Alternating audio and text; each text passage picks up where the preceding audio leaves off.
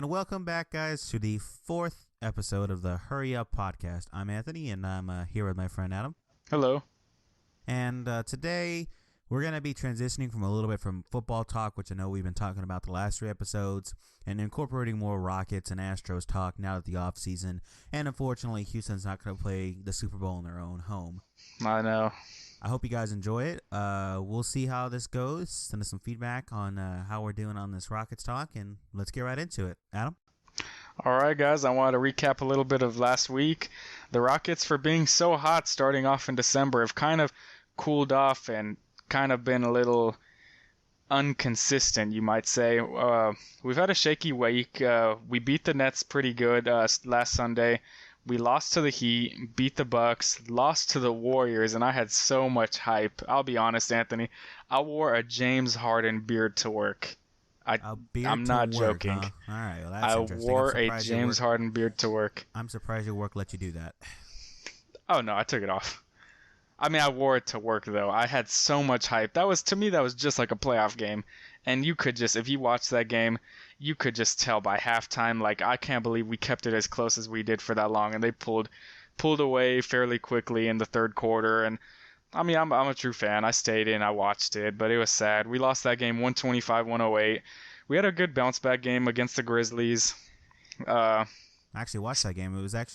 It was a lot closer than the score would indicate, for sure. I know we were still up top a lot of that game, but I feel like it was way closer than it maybe should have been. I know the Grizzlies they're decent. They're 7th, I think, in the rankings, I believe. Something like that. Yeah, they're bouncing around. So they're in the playoffs right now. So they're okay, but I still think that they didn't have as dominant performance. I know James Harden really didn't. He didn't go off like he had been. He's on a little bit of a cool down, I actually think, the last couple games for sure. But then, luckily, in some of those games, you have some of your other support people coming up. I'm not going to list them off because I can't remember his name, and I don't want to sound like an idiot when I say his name. But those supporting characters really come out, and luckily, they kind of act as a stopgap. Yes, we weren't going to beat Golden State. With those stopgaps, you really need everybody to be heated up at the right moment. But at least you're not on a terrible decline where you just keep constantly losing. Yeah, and that was another thing too. Right after the game, the Warrior game, you could just tell. I don't know if you saw any highlights of it, but the Rockets were just gassed going into the second half. I mean, you could tell it just took everything out of us.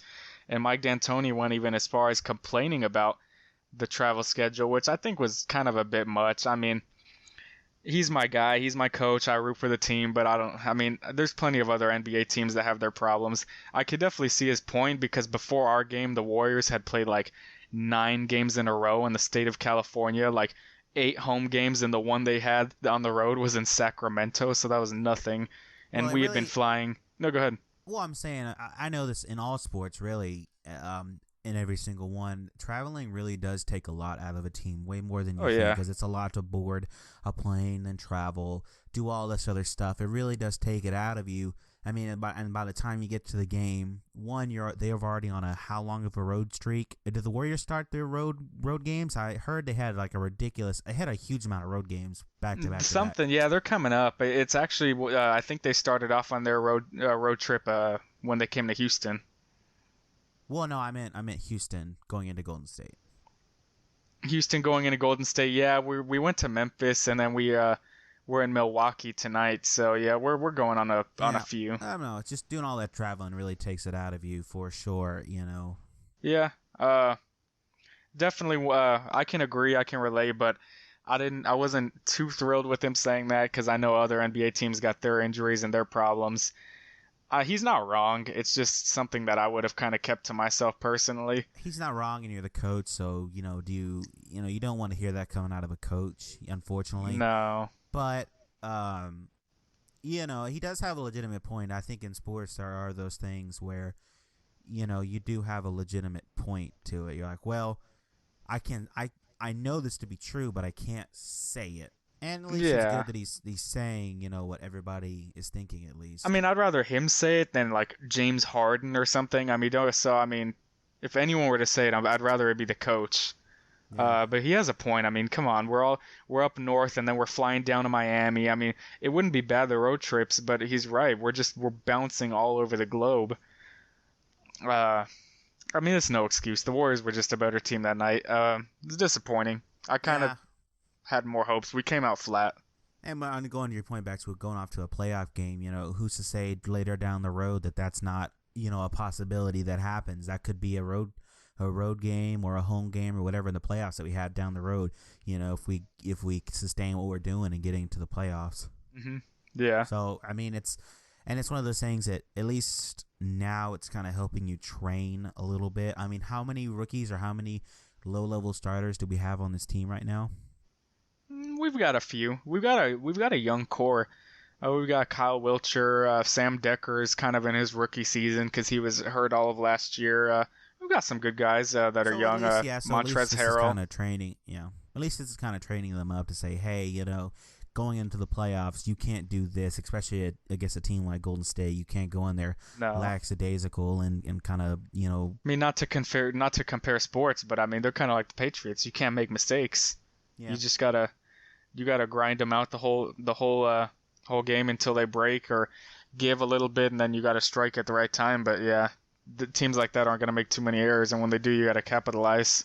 Yeah, and hopefully we can ride into the playoffs. I know it's still a little ways down the road, so this is a little pre-head, but at least you kind of get fired up. You hopefully have a winning streak going in there. You're hot. You get peaking at the right moment, and you kind of just turn everything on and continue to shred through. Everybody. Hopefully is the key word there.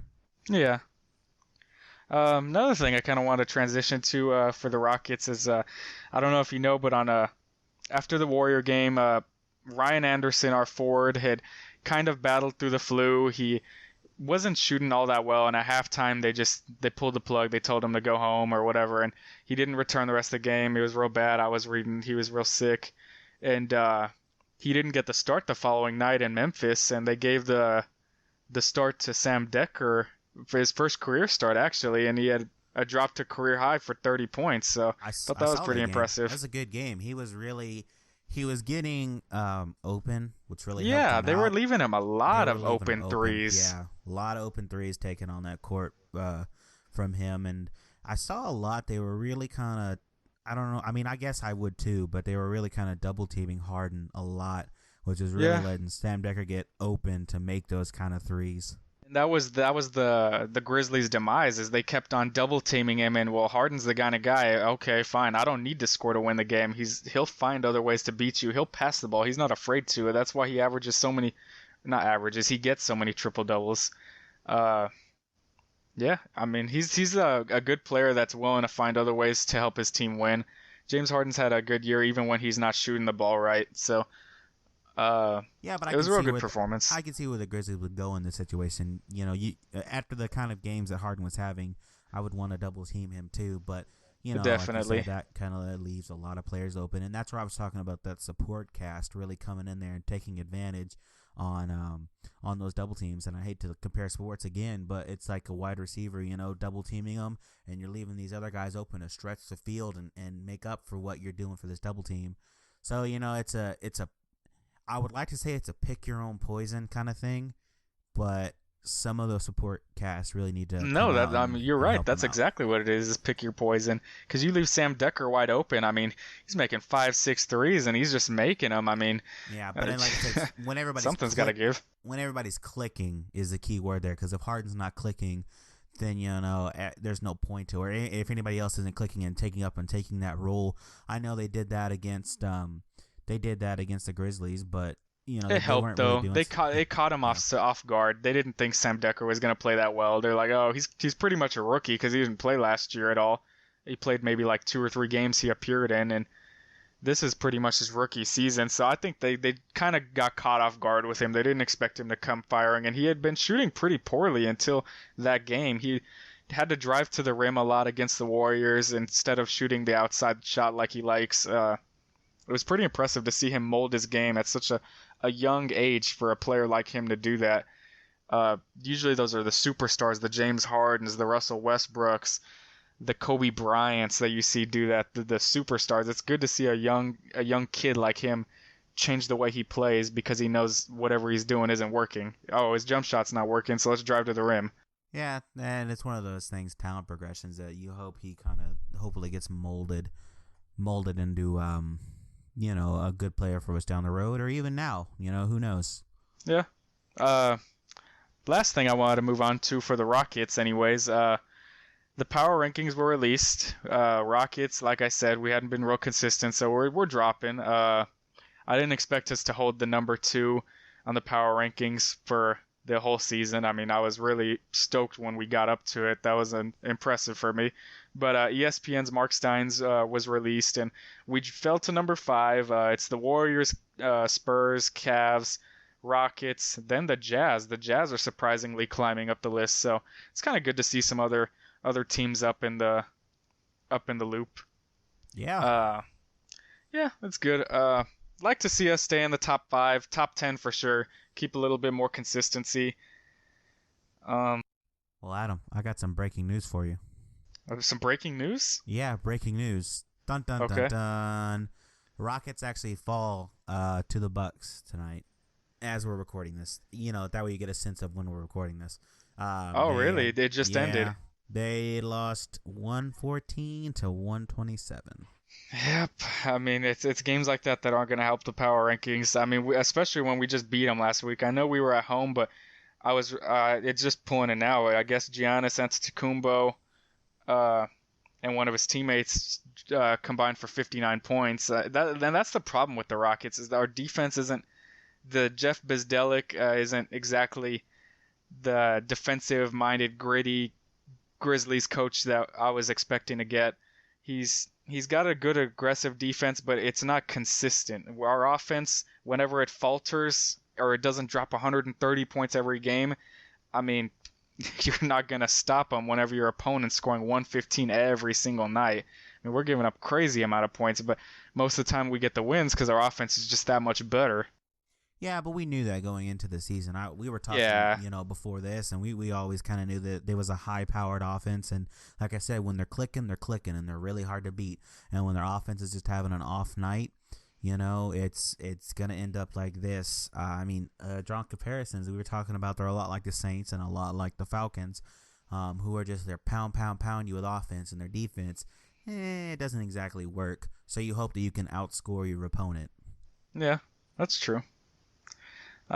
So that's my take that I have on the Rockets for this week. Transition a little bit to the Astros. There's not too much because it's off season for them, but I've got a little bit more. Preston Tucker, the outfielder, is 95% healthy. He's recently gotten closer to taking some practice swings. He's not quite there yet. He is recovering pretty well from what I'm reading after having season-ending right shoulder surgery, so that's good to see. Adds a little bit more depth, and whenever he's not performing real well, we have the depth on our team to be able to send him to AAA and keep him playing. That way he's not cold and just riding the pine the whole time, so that's nice to see. Another disappointing thing is another not a hometown favorite, but he was a likable player. He played pretty well for us, was Luis Valbuena, signed with the Angels, division rival, so it'll be interesting. He was a good bargain player in my opinion. He wasn't real expensive. He was a good sign for the Angels. He had a good heavy bat. He averages about 30 homers a year. Good guy. It's just we had too much depth on the infield. I mean, we've got Alex Bregman, we've got Yuli Gurriel that we just signed, we've got Marwin Gonzalez. I mean, and that's just talking at the third base line. We've got depth all over the infield. It's a great problem to have, don't get me wrong, but when you have that kind of depth, you're liable to lose these kind of players sooner or later. And and you'd hate to see people go, right? Yeah. Especially he wasn't exactly, the reason why we kind of got as far as we did last year. I'm not saying he's a standout, absolute player that you have to sign, but it does kind of suck to see people leave, especially if you harken back to when the Astros were actually really good and they just started letting all their people go, So it's hard. Yeah. It's sad to see people go. Yeah, and I agree with that. I think the biggest reason why, because he's arguably was one of the better names left on free agency, because a lot of the big names, the Edwin Encarnacion's that went for a cheaper price than expected, the Jose Bautistas, the Yoenis Cespedes were all gone. Luis Valbuena was one of the better bats remaining in free agency for teams. I think the biggest question mark that was on him for teams was maybe just injuries, I suppose, because he's had a pretty cold start in April. He got heated up around May, June, was swinging the bat real well, and then he got hurt and was out for the rest of the season. So I'm thinking that was the biggest question marks for team, but the Angels, it's a good sign for them. I liked Valbuena, so it'll be hard to see him on the Angels, but is what it is. That's the nature of the MLB. That's the nature of I like sports in Valbuena, but I general, hope we though. beat him. What? Yeah, it's the nature of sports in general, though. Yeah, that's how the MLB is, NBA, NHL, NFL. Yeah, that's just how the game goes. Got one last thing we're left on the Astros. Mike Fiers signed a 1 year, almost $3.5 million deal to avoid arbitration, so that's a good sign. He's not an amazing pitcher. He lacks consistency, like a lot of our rotation. I like our rotation. It's just it doesn't have much depth. I'd like to see us add another arm, like we got into a little bit last week, like maybe adding a Sonny Gray or another good quality arm for our rotation, maybe to get us a little further into the season, into the postseason. Well, that's what I noticed a lot of what last season was. It was that pitching wasn't as solid as it could have been, and you had Keuchel in there, but even he kind of cooled down there, especially there at the end. You expected a little more out of him, but unfortunately couldn't do. And I think that's one of the major problems of the Astros is pitching, because we've got a pretty heavy batters on there. There are a lot of power players in there. It's just that the pitching side of it just wasn't there all the time. Yeah, our pitching is definitely our weaker side. Dallas Keuchel, when he's on, I mean, he's one of the best lefties in the bigs. I love Lance McCullers. He's got a great fastball. I'd like to see him use it a little bit more. He's got a wicked curveball. So he's in for a big year. Hopefully he can stay healthy. I think he will. He's a great player. We've got a solid bullpen for the most part. I'd like to see, another addition or two, but that's what every fan is saying about their team. Will Harris is pretty good for the most part. Ken Giles was really improving at the end of the last year. So we've got a good rotation. Hopefully Tony Sipp can bounce back, because after signing his deal last offseason, he struggled heavily last season and was really only used in garbage time or whenever we were really far ahead or trailing like crazy, or the game just flat out didn't matter. So hopefully he can return to the form that he was in 2 years ago when we made our run at the postseason, because he was a vital piece of that. Yeah. Well, Anthony, that's you have something else to add? No, I was just saying, hopefully, and I keep saying clicking it on fire, but unfortunately, that's what a lot of I mean, that's how sports clicking is. and fire right on the right time, and hopefully the Astros can do that. They can mend the problems that they have, and hopefully go in and make another stab at it. They were real close a couple years ago. Obviously, last year wasn't what everybody expected out of them, but hopefully they can turn it back around. And here's to Houston being okay. Yeah, Houston. This season. I mean, honestly, I hate saying this as a fan of Houston. All three of our teams, all of our major sports teams, not saying that soccer isn't a major sport, out of the three big ones, that we all of them are fairly relevant. Yeah. I mean, and out of all three, the Texans, the Rockets, and the Astros, neither one of them like completely sucks. Texans are relevant for another reason, but we don't have time to go into that. We're relevant, let's be honest, because of our division is trash. Yeah. Well, I like the report that I saw from a report. It said we're one competent quarterback away from beating the Patriots. Yeah. I mean, if we just had a game manager, I think that was.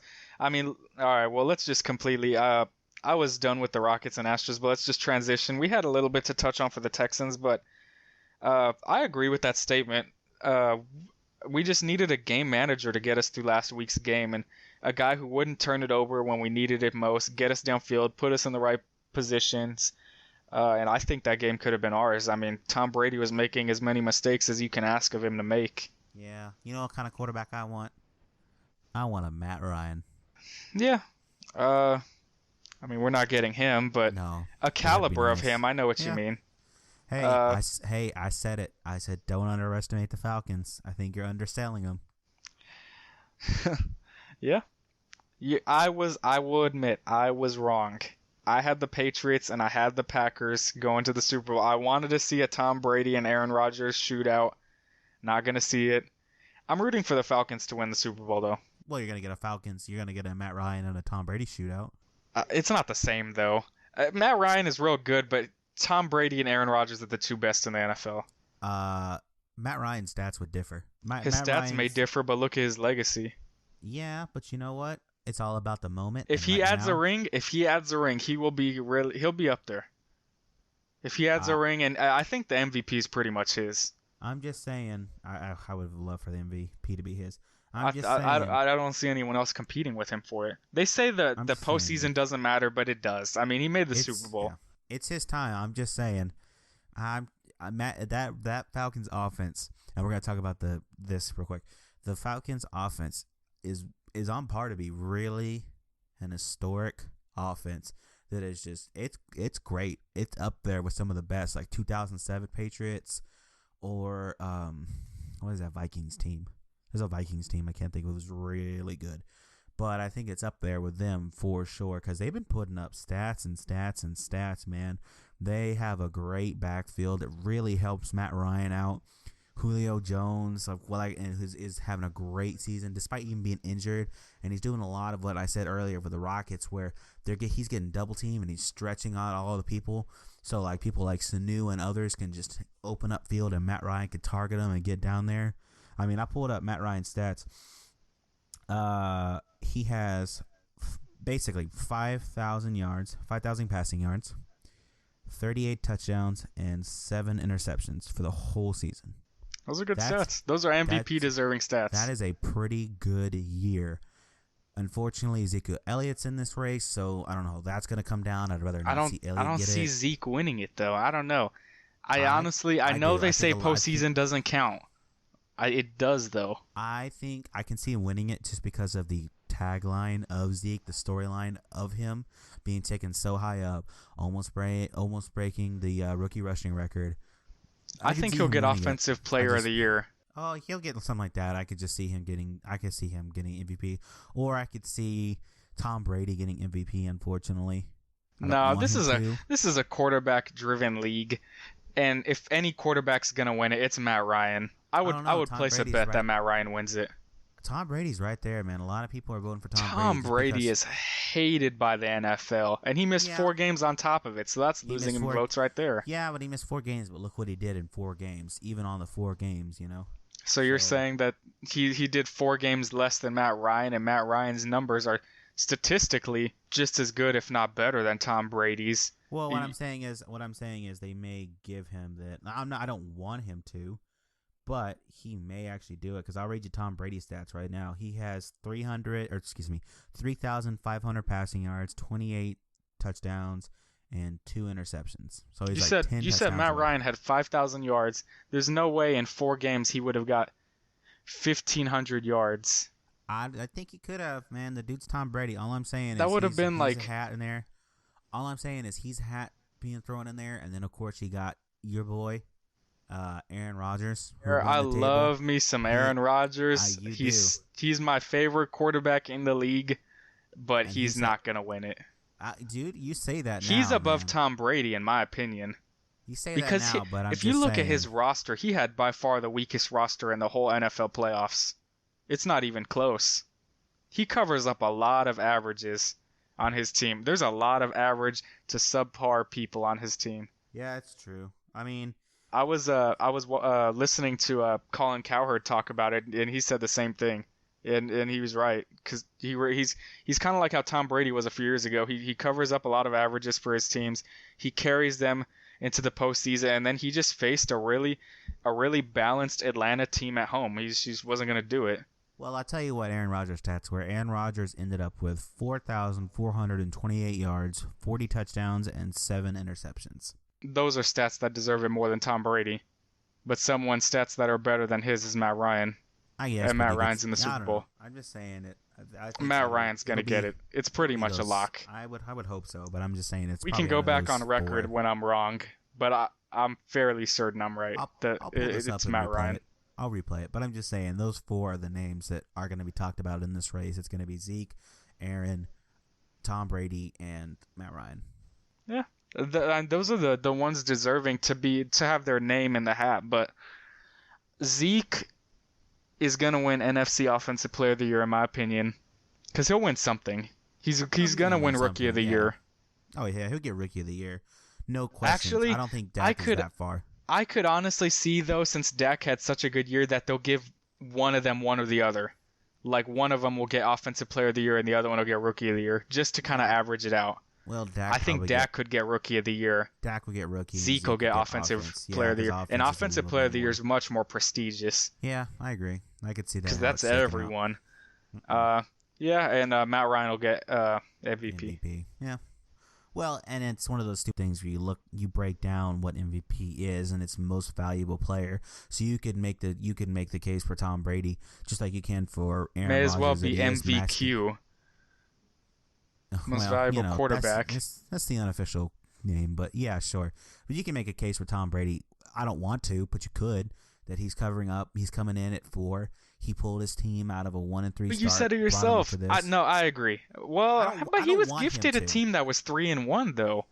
Bill Belichick has proven they can win just as fine without Tom Brady. Of course they want Tom Brady at the helm. Guess. But he looked. The Patriots look fairly well. They make the playoffs without Tom. Yeah, you can make the case, is what I'm saying. But going into some more off-season stuff. It's said that it was Peterson said himself. Adrian Peterson listed out a couple teams that he may want to play with because he has an $18 million cap hit and no deeded money given to him. So there's a high chance that he may be cut.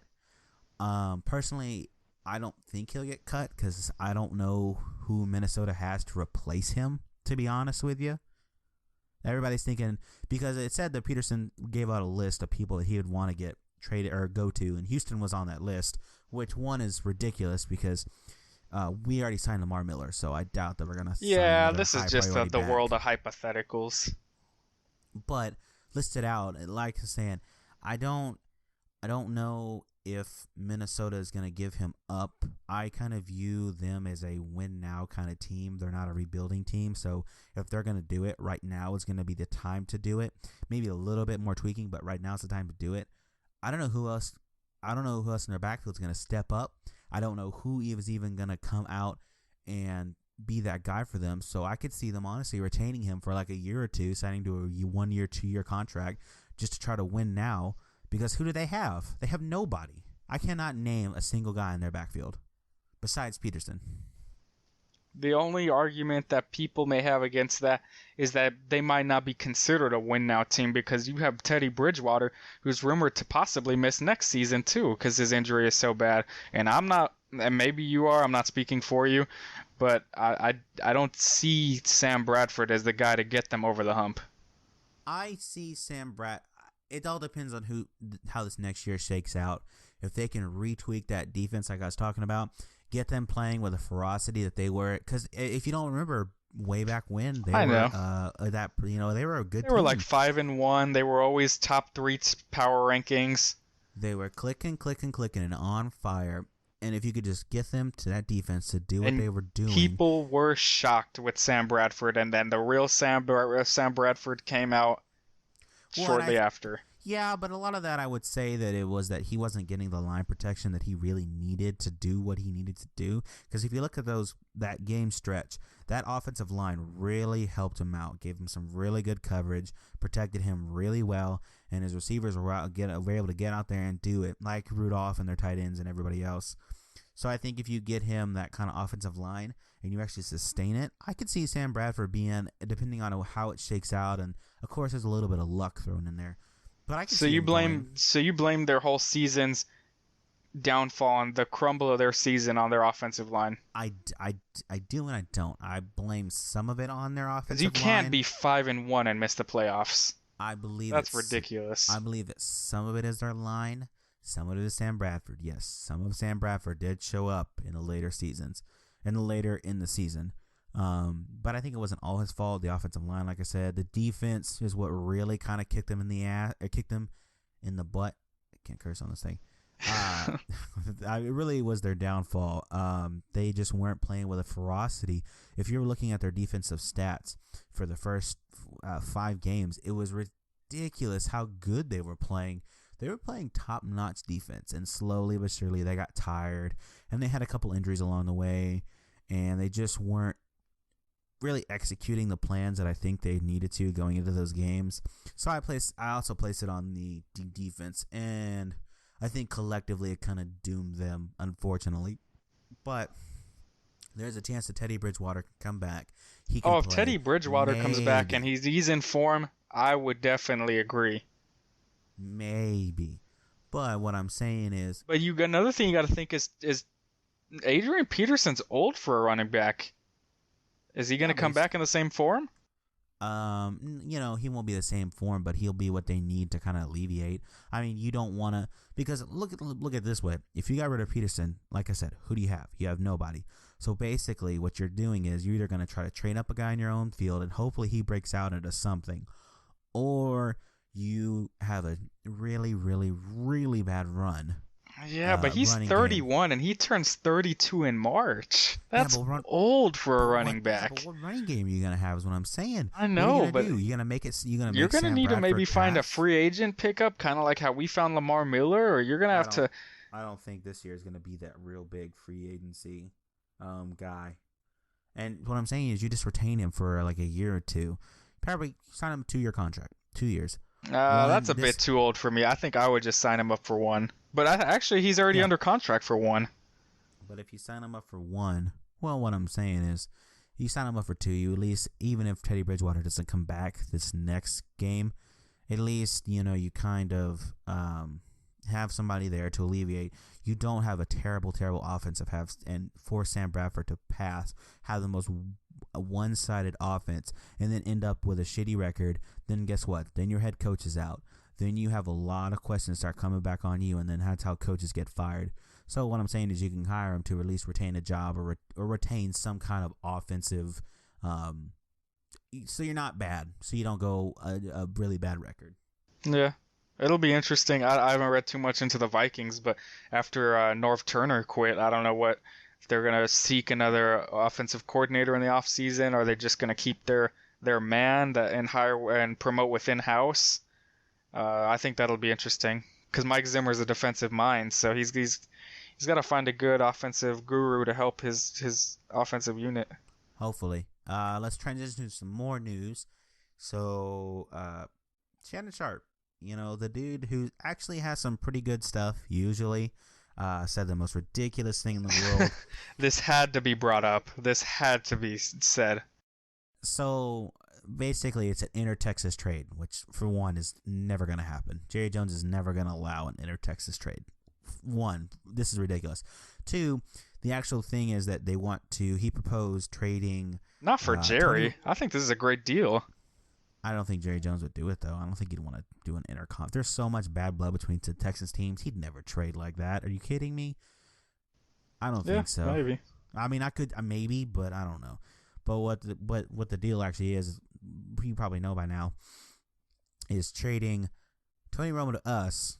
An old busted quarterback that, maybe would help us. I'm not even sure they really would help us. That hit he took against the Seahawks wasn't even a bad hit, and he was out. For Houston Texans star, I'll say star because he is basically the face of this team. Superstar. Superstar, J.J. Watt. And I think we get Tony Romo and a couple picks is what he was saying, I believe. Yeah, he was saying a second-round pick and Tony Romo for JJ. First things first, I want a first-round pick. You could up it to a first-round pick, and I'm sorry, I'd keep JJ every day of the week. 2, there's no guarantee that Tony Romo comes in, helps them. I mean, yeah, he may be okay, but I mean, he's And gonna get and hurt and what inevitably. Cowboys fans and Jerry Jones would be saying is, "Oh, well, we don't know if JJ is going to come back." But I'm sorry, I would much rather take a gamble on a 27-year-old, three-time Defensive Player of the Year in JJ Watt as opposed to a guy who's only won like 2 playoff games in his entire tenure as a quarterback. He hasn't even done that much. That's the most crazy thing is he's not even that. He hasn't even done that much with his career, which is His so crazy his to me. stats aren't bad. It's just he doesn't perform all that well whenever it matters most. And that's another thing. And I'm not a Cowboys fan, but I think it's kind of ridiculous. After Dak lost to the Packers, people were beating him. Oh, he's no better than Romo. I mean, you just need to stop. I mean, that's so ridiculous to think that way. Dak It wasn't even a Prescott had a blowout really game. good game. It It wasn't even a game. blowout. I saw that final drive, and they drove down there so fast and scored on the Packs. It was ridiculous. And it went down to one of the most magical, arguably the best throw Aaron Rodgers threw all season to win the game. Always And talking about Aaron Rodgers. if you saw, I've got to bring up Aaron Rodgers. And if you saw the field goal that was made, that was headed on the way out and at the last second curved right in. I mean, so Cowboys fans that are blaming Dak Prescott need to stop. Dak Prescott is the guy I would keep. All right, here we go. Here we go, Adam. Moment of truth. All right, we trade J.J. Watt for ya boy Aaron Rodgers. Oh man. Do you accept? I don't know if that's just. Are we gonna get Aaron Rodgers, or are we just a franchise that's plagued to not have anyone? Like, if we get Aaron Rodgers, are we gonna ruin Aaron Rodgers? I don't know. That's for you to decide. We're going to play a match. This is a magical game I'm calling right now. GM shoes, where we put you into the GM, and you have to make tough decisions. So, JJ, and we're actually probably getting a worse. We're probably getting a better deal. So I would throw JJ, and I would say third round pick, second round pick, just because So Packers get JJ and a second round pick. And we get Rodgers. And we get Aaron Rodgers. I don't know, man. I'd decline that trade. Really? I don't know. I love JJ a lot. And that's me speaking on pride. I love Aaron Rodgers too. For Aaron and Rodgers? Honestly, Aaron Rodgers could be our missing piece. But I'm not going to sell out a guy who has had such a instant Hall of Famer, arguably could go down as the best defensive player to ever play in the league, in the history of the league. I'm just not ready to sell him just for a potential to win a championship. And I know that sounds crazy and that sounds dumb. It's just I don't. And I think you're helping out both careers. Either way, I think you're helping out both careers. I think you put JJ on a pretty good. Well, I think JJ would love to be on the Packers, Wisconsin team. Wisconsin, I would say that he would help out that Packers defense, which is arguably the worst part of that Packers team. Oh, if you saw that NFC Championship game, that was their weakest part of the team, and the Falcons just exploited it. I don't know. I think that it's a very enticing trade, and it's enticing. It would definitely require some thought. I'm not gonna do my boy JJ Watt like that. I think I would. I can't. I think I would. I'm just thinking of Clowney and Cush and Whitney Merciless, and to add JJ to that line, I'm sorry. If DJ Reader can be really good, or we get a solid replacement for Wilfork, I'm thinking it'll just be Reader, and I'm sorry, our front seven is gonna be dangerous. All right. Injury permitting. I'm just thinking that the Texans are plagued and destined to not ever get a great quarterback. That's my thinking. I'm thinking we're going to break Aaron Rodgers. I think Aaron Rodgers will be fine. I think Aaron Rodgers still be Aaron Rodgers. I think our offense are very similar. Yeah. You trade out Jordy Nelson for DeAndre. You trade out, actually. That's another thing. You get less years with Rodgers. Rodgers is in his early 30s. You're giving them a 27-year-old JJ. But again, it goes down to we're arguably a win now kind of team. So you get Aaron Rodgers who will win now, and who knows? But why don't we just have JJ as our quarterback? Yeah, he'd probably be better than Brock. You're not even wrong. What's sad is that Aaron Rodgers is going to go down as one of the greats, but people are still is Aaron Rodgers gonna go down as one of the greats? How No many doubt. rings has Aaron Rodgers won? One. And how many years has he been on that team? He was drafted in '05. He sat on the So pine though for a few years behind Favre. Dan Marino never won a ring. Don't even say anything. I'm just And saying, Dan man. Marino has always been considered one of the greats. That's no. He's I'm just definitely going to be a saying. Hall of Famer. He's going down. I mean, you're high on Matt Ryan. Is he going to be a Hall of Famer after this year? He definitely could be considered. Do you think Eli Manning's going to be one? Honestly, I'm thinking Aaron Rodgers has an easier time getting into the Hall of Fame than Eli Manning. I'm not saying Hall of Fame. I'm saying going down as one of the greats. Or is he going to be remembered for? Well, going you down know, as one of the greats means you have to be in the Hall of Fame. You're not one of the greats and not make the Hall of Fame. Just saying, he's only won one ring. You're really high on this guy. He's only won one ring in the span of how many years? One ring, and we've been a franchise for 15 years, and that's one more ring than we've got. You know, you figured he'd at least have at least two by now. I mean, Brady has how many? In his first couple seasons? I'm not a Brady aficionado, but he's going to his 7th Super Bowl. He's won 4. You know, I heard a crazy stat that Tom Brady has started 14% of all Super Bowls. Since Super Bowls were started, he started 14% of them. That is crazy. Yeah, I mean, that's true. It was 51st Super Bowl, so yeah. That's insane. Going to be his 7th. Yeah, that's right. 14%, man. But I mean, honestly, your argument right there could just be thought of as, so did you feel that way about Peyton Manning before he won his 2nd ring? Because he only won one ring, yes. And he had been in the league for 18 years. Yeah, kind of. I mean, he'll go down as one of the greats, but he'll always be remembered as only having a couple rings. I mean, he has as many rings as his brother, so. But I'm taking Peyton Manning's career over Eli. Oh, yeah, of course. Even though Eli's had a better playoff track record. Of course I would take Peyton over Eli every day of the week. But I'm just saying. There's no doubt. Look, I'm just trying to stir stuff up, all right? I know you're trying to stir stuff up. You're going to be trending on Twitter in an hour. Let's hope. Let's roll into some quick Super Bowl expressions.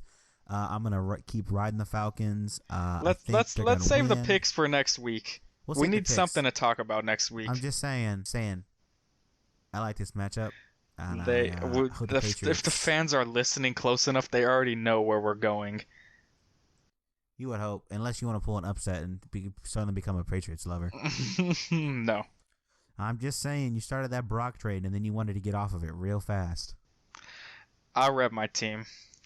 I stick with them. Okay. All right. Well, I think that about does it for this episode. Any closing thoughts there, Adam?